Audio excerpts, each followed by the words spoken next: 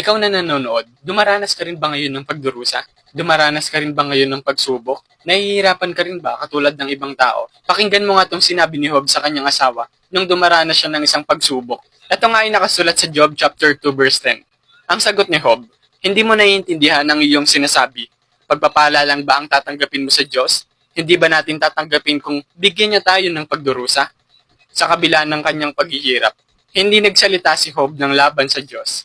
Kaya naman kung dumaranas ka ngayon ng pagdurusa, dumaranas ka ngayon ng isang pagsubok, tandaan mo na, ililigtas ka ng Diyos dyan. Aalisin ka ng Diyos sa pwesto mong yan. Kung patuloy kang sasampalataya sa Kanya at susunod sa Kanya, tandaan mo din na hindi ang Diyos ang nagbigay sa iyo niyan, kundi ang kaaway, si Satanas. Katulad ng ginawa niya kay Job, binigyan niya ng sakit si Job, pinatay niya ang mga anak ni Job, inalis niya kay Job yung mga kayamanan nito.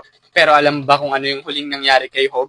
Binigyan nga siya ng Diyos ng kayamanan na masigit pa kaysa meron siya noon. Pinagaling din siya ng Diyos. Binigyan siya ng Diyos ng anak na mas higit pa kaysa sa meron siya dati. At pinahaba ng Diyos yung buhay niya. At higit sa lahat ng yon, alam mo ba kung nasa na si Job ngayon?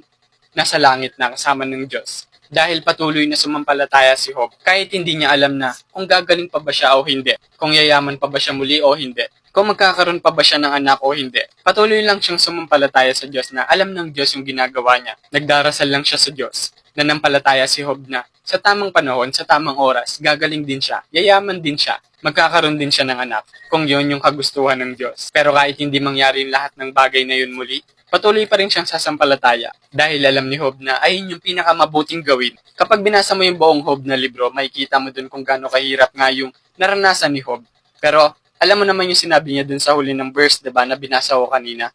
Wala siyang sinabi na masama sa Diyos. Hindi niya binuksan yung bibig niya sa pagsabi ng masama sa Diyos. Kaya naman hindi siya nagkaroon ng kasalanan sa Diyos. Kaya naman maging example natin si Job na sa kahit anong pagsubok, pagdurusa, sumampalataya lang tayo sa Diyos na gagawin ng Diyos yung mabuting bagay. At wag na wag natin bubuksan yung bibig natin sa pagsasabi nga ng masama sa Diyos. Kundi magkakaroon tayo ng kasalanan sa Diyos. Ano ka nga lang ba? Ano nga lang ba ako para magsalita ng masama sa Diyos? Alabok lang tayo. Wala tayong kwenta.